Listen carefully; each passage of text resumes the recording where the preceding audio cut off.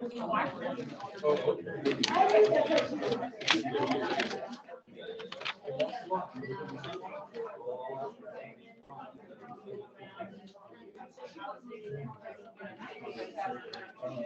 don't have to stop talking yet. I'm still getting things prepared here. It takes me longer and longer because I have to remember where I put everything. All right. Very good, very good.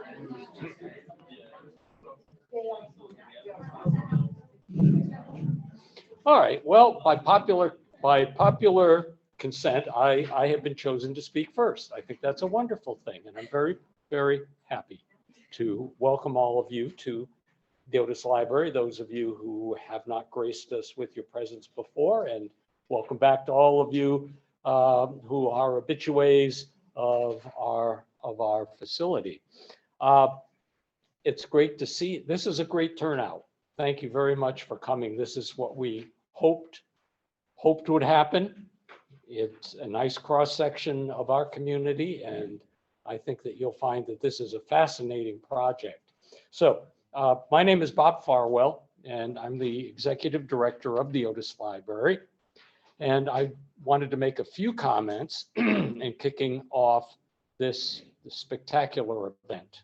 And thank you very much to the Connecticut Historical Society for choosing us as a partner and for essentially making us the representatives from this side of the state, which is, you have our gratitude.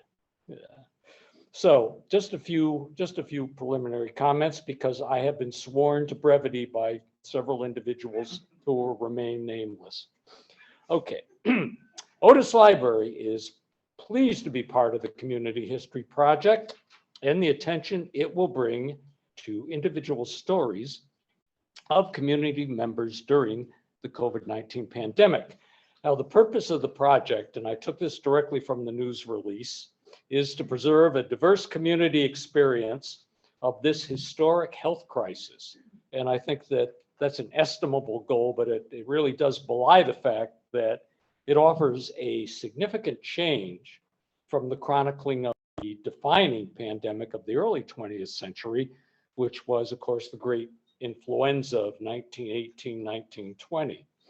The experiences of many of the people, Alaskan natives, Southern sharecroppers, and Italian and Jewish immigrants on the Lower East Side of Manhattan, and I'm just enumerating a few of the communities who were affected, many of them were not in a position to provide us with their firsthand experiences. Their experiences were recounted or perhaps reinterpreted by others. I think the Community History Project offers us an opportunity to minimize the filtering and preserve those personal experiences. As Laura Spinney observes in her exemplary history of the influenza pandemic, Pale Rider, at the root of every pandemic is an encounter between a disease-carrying microorganism and a human being. The Community History Project is our opportunity to affirm the pandemic as both a social phenomena and a biological one, experienced in different ways by the myriad people who compose the community of Norwich. So thank you all very much for coming out. And now I would like to introduce Eileen Frank, who is the Chief Curator of the Connecticut Historical Society and can speak more to the purposes of the project, and I hope your role in it. Thank you.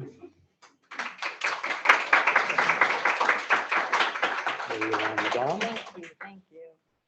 Good evening, everyone, and thank you for coming out tonight. I am Eileen Frank, the Chief Curator at the Connecticut Historical Society, and I want to give a little background.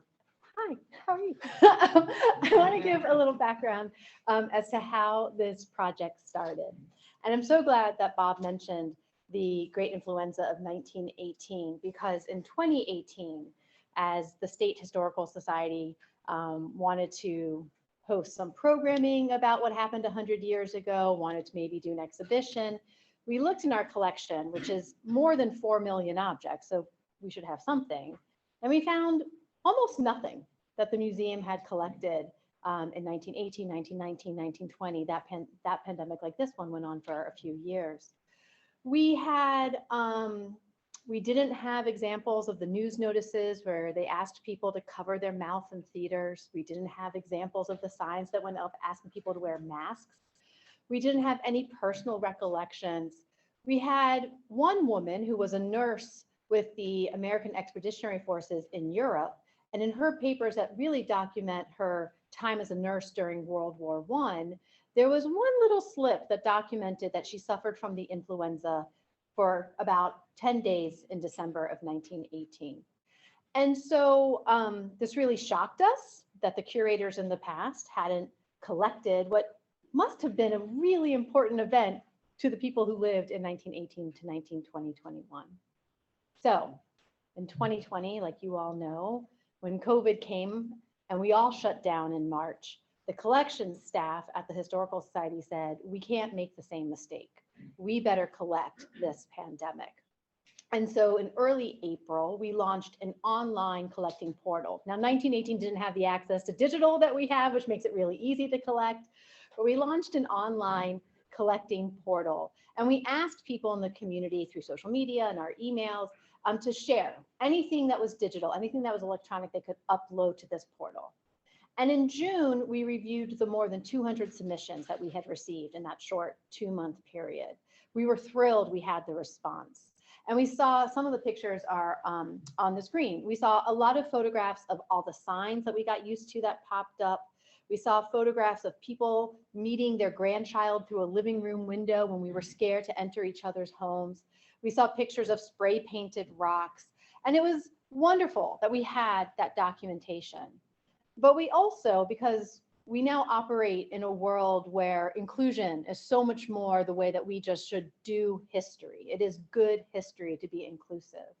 We also took a hard look and realized that what we had collected really represented the core audience that comes to the Connecticut Historical Society, which happens to be people over the age of 45 who are college educated, who are affluent, and who live mostly in the greater Hartford area. And so with this knowledge, we said, if we're going to build the state collection for 100 years in the future, so that the chief curator in 2120 doesn't shake their fist at Eileen Frank, then we have to be intentional about what we want to do. So we wrote a grant to the Institute of Museum and Library Services, which is the federal agency that supports museums and libraries. And we said, we want to go out, we want to start this community history project. We want to partner with libraries because libraries are such essential community gathering places. We want to partner with other places where people gather. And we want to go out and we want to find people who are willing to share their story of their experience with COVID, specifically from people of color and underrepresented groups in the historical record. And we also, because we are the State Historical Society, wanted to make sure we got out of the greater Hartford comfort zone that we sometimes operate in. And we had partnered previously with the Otis Library on another project about raising up the women of color who advocated for the right to vote in the early 20th century. And we had such a great time working with Bob and Julie and the rest of the staff that it was a natural partnership for us to reach out to them again and say, would you be willing to partner with us? So federal government moved slowly, but we did get notified many, many months later that we received this significant amount of funding. And that enabled us to hire really one of the most important people CHS has hired in a long time. And that is Samaria Smith, who is our community history project manager. Come on up, because I've talked enough. And Samaria has taken this project, which because it was the summer of 2020, was formed on my dining room table as I wrote the grant. She's taken what I did in those crazy, crazy moments, and she's brought it to life. And I'm so glad that she's here to share where the project is now and where we want it to go. So, Samaria. Thank you, Eileen. And thank you everyone for coming out this evening. Again, my name is Samaria Smith, and I'm the project manager for the Community History Project at the Connecticut Historical Society. It is a mouthful, but I'm getting used to it. Thank you, Otis Library, for allowing us here Thank you for allowing us to incorporate Norwich into this very historical project. It is my honor, it is my privilege to be able to lead this effort in a way that, everybody talks about diversity, equity, and inclusion. Those are the key terms these days. And it is my pleasure to be able to collect these oral histories, keeping in mind that we want to be diverse, that we want to be equitable, and that we want to be inclusive of everybody, not just a certain person or type of people or where some certain people come from. We want to include everyone. So thank you all for being here. Thank you for allowing us into Norwich to hear such fabulous stories that I know will come. We've already done our first oral history interview here, and we're really excited about it. Ms. Sheila Hayes, which I'm sure everyone knows. I'm certain that everyone knows her. And after her oral history, I'm certain that pretty much everybody in Connecticut knows Sheila Hayes. A woman after my own heart. I love it.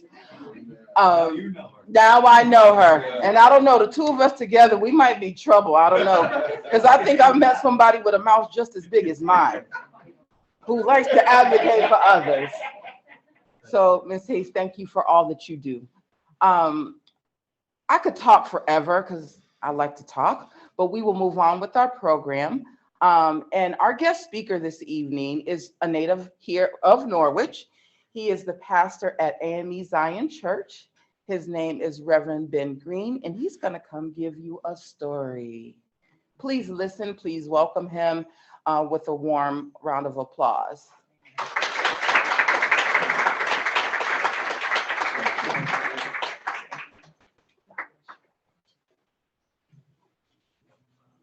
Wow, that introduction was better than the introduction I get at my church. Don't go back and tell nobody that. But I am truly grateful and honored to be here this evening. I want to thank Ms. Sheila Hayes, as everybody else knows in the state now, for considering putting my name in the hat to speak on a subject that is not only just dear to me, but is personal and has affected me personally also, as it probably did many of us in this room. But there is a stigma and there is a hesitancy that's lurking in the communities that we need to address and we need to talk about and we need to think about. And because we're having this format, that tells me now that we know that there is a issue that needs addressing, everybody in this room is coming together to find a solution. I am a man that loves to live in the solution and not the problems, because the problems make me sick, the solutions give me hope. Okay, so excuse me if I sound like I'm preaching a little bit, but you can't give a preacher a mic.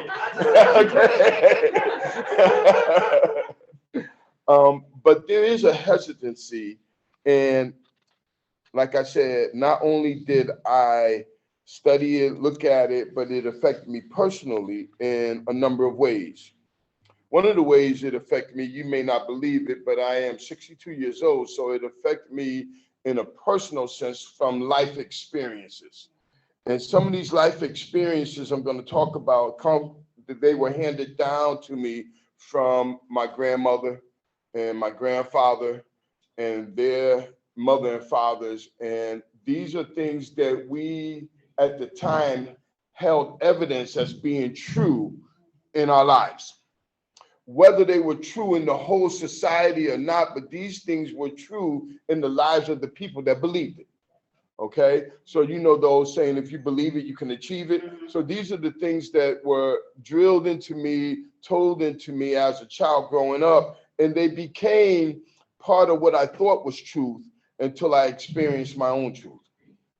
But in the same regards, those things did bring about a hesitancy. And that hesitancy is still based on fear and distrust. Those two words will drive a wedge between any relationship. Those two words will hinder the progress of any movement. when you do not have trust in a system or a people that you should have trust in, it brings about a separation. And that separation becomes wider than we know because we don't even realize how it's growing. We look at it from day to day, and you know how you can look at your child every day, but somebody can come in and say, wow, they got big. And you was like, well, really? Because you see them every day, you don't realize the growth factor in that child. The same way with this disparity and this hesitancy that we are experiencing today. It is important that we understand that this hesitancy, whether or not you believe it, still exists. And because COVID had brought it to the forefront of so many lives, once again, we can no longer ignore that it's growing. And it has grown over the years. Now we look at it, and because it's affecting everyone, it's not just affecting one side of the growth or the divide, it's affecting everyone. Because without everyone's contribution, without everyone's involvement, this pestilence will not go away. Regardless of what you think, if everybody does not reach a point of being confident in this vaccine will still be around for our grandchildren. If we don't come together as a group of people, as one, and stop being divided by thoughts that are not necessarily true, we can never move past this pestilence. And forgive me for calling it a pestilence, because now I'm using my biblical side right now, okay? So, but it is a pestilence, okay? And when I talk about it, and when I look about it, and when I research about it, this is so biblical that we can no longer ignore it as just being something that's happening. This is something that affected the whole world. I never in my 62 years experienced anything that stopped the whole world. I experienced some things like my brother's coming back from Vietnam and it stopped certain things. I experienced some things like Y2K. Who remember that? Everybody? All right, I'm telling your age if you nod your head. Okay, but remember the Y2K scare. And we overcame that because we came together. If we do not come together as a people, will we ever get past this? And then this is, some statistics I have. It talked about in a report that the CDC put out in 2021. It reported that race efficacy was known for 57% of the people who have received at least one dose of the vaccine. Among this group, nearly 60% were white, 9% were African Americans, 15% was Hispanic, 6% was Asian, 1% was American Indian or Alaskan Native, and less than 1% was Native Hawaiian or other Pacific Islanders. What that tells me is that if we're going to eradicate this pestilence, we have to go out into those communities that are still experiencing hesitancy. Now, you got to understand, though, and this is one of the experiences that I experienced just recently when I was talking with an older couple, an older African-American couple that has some experiences coming up from the South, okay? And if some of y'all don't understand what I'm saying, they have some experiences that we in the North probably didn't experience. Some real segregation was still going on in the late 50s or the early 50s and the late 40s when these people were younger and they migrated up north during the Great Negro Migration of the 50s. And when they came up north, even though they adapted to different climates, even though they adapted to certain social activities and social arenas, they still had a stigma in their minds about certain things. And they still had a distrust in the people that they should have trust in. One of them told me, he said, he quoted a quote from Martin Luther King. He said, America has written a check that they have allowed to bounce. And when he said that to me, it touched me because this man didn't understand, though, even though he still had those thoughts those stereotypical attitudes and feelings. He did not realize that time has changed. And now he has access to some things that he never had access to before. But that hesitancy is still there. Why? Because no one took the time to really go where they're at and tell them the good news in a way that they can understand it. And a lot of the times, they're still kind of hesitant, but it's not always what you say, it's how you say it. Amen. I know I'm running out of time, right? Right? Okay. Everybody say yeah. It's important that the way we present the information to people that are different has to be different. But it has to still be the same information, the truth. The truth of the matter is that these things have to be presented in a way that will be accepted. I always use the analogy, I love steak and potatoes. And if you bring me a steak cooked just the way I like it and bring me some taters on the side, right? And if you bring that to me in a garbage can top, it's not that appealing. I'm not even going to accept it. But if you bring me that same steak and taters on a nice white clean plate, it will now be easily accepted because it looks inviting. So the way we present this information has to change for each demographic group that we're trying to reach. So I'm so glad that you allowed me to come here tonight. I'm so glad you allowed me to share. You want me to stop? No, I don't know, because I'm telling you, I can talk a long time. Everybody said, keep going. Okay. You got more. Yeah, I got more. So I did some research, and I want to share this with you. Some recommendations that I found could be helpful in us coming together in our town, in Norwich, and setting a precedence on how we can move forward inclusive. I heard that word, inclusive, in our city. Truth is the foundation of trust. And when we're not telling the truth, we're not gaining the trust of the people. The truth is we don't know everything. But share the truth of what we do know. And share it in a way where someone can make an educated or a heartfelt decision about the information.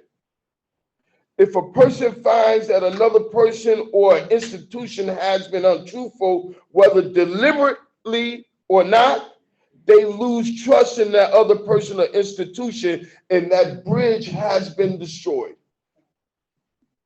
So now you have to go through the task of rebuilding the bridge before you can cross over it. Some people are trying to cross over something that has not even been built yet. And it's important that we build the bridge first, and then we try to cross over it. And then use the resources available. Every community in Norwich has some type of individual that is in some type of leadership position, right? Let's incorporate their help. Let's go to them. Let's go to the churches. Let's go to the community resource centers, and let's talk to them so we can all collaborate and get on one page and disseminate this information to the various people in various ways that they can consume it. They can understand it. They can use it.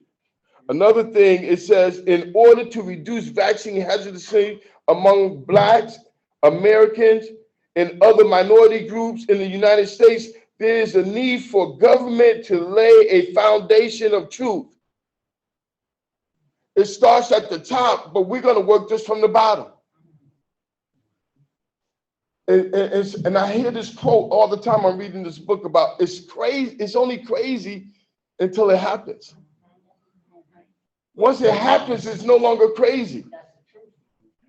Even when we think about this pestilence, it was a thought. I don't know about you. I remember being at work and we were watching on CNN how China was building hospitals overnight in November of 2019, right? 2020, we was building hospitals. So we know the truth, but we must tell the truth. There's a need for government to lay down a foundation of truth. Government and concerned health bodies should give the states relevant, honest, and reliable reports on the efficacy of the vaccine. I heard one lady told me, they told me it had a chip in it. Come on, somebody. Listen, and you may laugh now, but when I was talking to this young lady or this older lady, it broke my heart. Because she had gotten some information from somewhere and took it to heart. And because of that, it stopped her from being eligible or wanting or desire to be free from this pestilence. So it's important that we as community leaders, as we as people that are passionate about this, get involved and let people know the truth. The truth of the matter is there ain't no chip in it. The truth of the matter is it saves lives. You can be saved. It's important that we understand that not only do we continue to talk amongst ourselves, but we need to talk amongst our community. How many community forums do we put together? How many events that are we putting on to mobilize and give people information that they can use, and then they can discern for themselves whether or not they can do this or should do this. Usually I find that people are looking for some type of hope. We must tell them the truth. There is hope in this. There is relevancy of life in this. But fear will drive a wedge between what's true and what's false that you wouldn't believe. And fear drives it. Also, there is a need to build capacity of people of color to take up medical roles. I try to mobilize my church, the nurses that's in it, to get them involved. You a nurse? Okay, come on, let's go get somebody a shot. We started taking COVID testing because testing had went away for a while. But we still need to be testing. And a lot of people say, well, I get tested at home, but the only problem with that is the data's not being recorded. So we're losing valuable information. So we got to tell people it's fine to take a test at home, but after you take the test at home, tell somebody. Talk to somebody, because the data needs to be recorded. These are things that people don't know. They take the test, they look at it, ooh, one line, throw it away. Y'all looking at me, I did it. so I know other people do it. So it's important that we begin to build these bridges of communication in this beautiful city of Norwich. And Norwich is a city, I'm a transplant. I got to tell you that. I've only been up here 22 years. So now I'm rooted. Okay. Amen. Raised my children here. I'm rooted. Okay. But it's an opportunity. We have a great opportunity to show not just our state, but the rest of the world that this can be done. If we're only courageous enough, conscientious enough, intentional enough, but dedicated enough to the cause of our brothers and our sisters out there that may still be dying from this pestilence. I want to thank you for letting me come and share. Sunday mornings at 11 o'clock to McKinley Avenue. No, I'm just kidding. Listen, you got to have a sense of humor today. If you're not laughing, you're crying. And I'd rather laugh than cry. So I don't know who to give the mic to. I don't want to drop it like the rappers do, you know. Thank you. Thank you. Well, I felt like I had a midday service. And it's okay. I'm glad about it. Thank you, Reverend Green, for those words, even for educating us. one of the things you mentioned was hope. And one of the things that this oral history project, this community history project strives to do is to give hope back to people who have historically been hopeless, that we help to build that trust in people that have never had their voice to speak out. This community history project we hope that it will encourage others to speak up and to speak out, but also so that people of color can feel like they are playing a part in making this history happen. Not everything that happened out of the pandemic was bad. There were a lot of good things that have come out of the pandemic. Families came together. People began to chase their passions and not just go to a job. You know, we have the great resignation is what we have now, but you know, we had the Great Depression. Now we have the Great Resignation, but now people are they have become empowered to step out and take a risk to start their own, to build their own, to become leaders, to become advocates. And we hope that with this project, that we can influence others to do the same. I tell people all the time, as we begin to do these oral history interviews, that by providing your oral history, you are making history. You are making history, because 100 years from now, when there's another pandemic, people will have a reference point, not just from one demographic of people, but an equitable demographic of people across the board. So we thank you, because I could stand up here and talk too, and we'd be here till tomorrow because I like to talk. Anyway, I said that already. But anyway, I wanted to thank you all for coming out tonight. It is because you are here that Norwich will know about the Community History Project. It is because you are here that people will come forth and say, I want to give my story. I think of this also as somewhat of a testimony, because there are people, many of us in this room that have been impacted by COVID negatively, but you're still here to tell the story.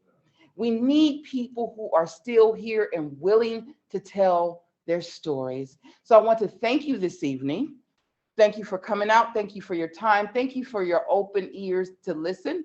I want to encourage all of you to, if you haven't already done so, there are boards, we call them prompt boards, throughout the second floor. We'd really love your feedback on answering these questions, because these questions will also be documented, and we will put our oral histories in an archive by CTDA, where anyone, any place in the world will be able to access these oral history interviews. They will be able to punch in, type in oral history interviews pandemic. Our stories are going to come up from anywhere in the world. We want to get the word out. We want people's voices to be heard. So I want to encourage you all, tell somebody about us. We're looking to not only do, we're doing these oral histories in Hartford, Norwich, and New Haven, but we want to do it throughout the state. We want representation from throughout the state. So it is with your help and your encouragement that we ask that you support this project wherever you go. You talk about it, and talking about it, it spreads the word, and we can get rid of this pestilence together. So I want to thank you all. Thank you, Otis Library, for the space, for the time, for your support. We appreciate you. Thank you, Eileen, for coming out today. Thank you to my interns. I have the best interns in the absolute whole wide world. Abby and Peter. Thank you to all who are online and streaming to view this event today, this historical event.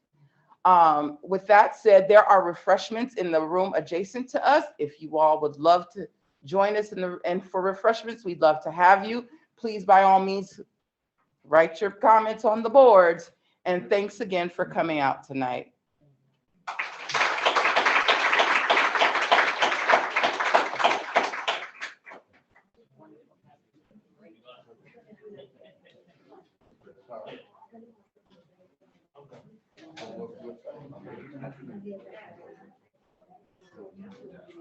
That'd be a good start.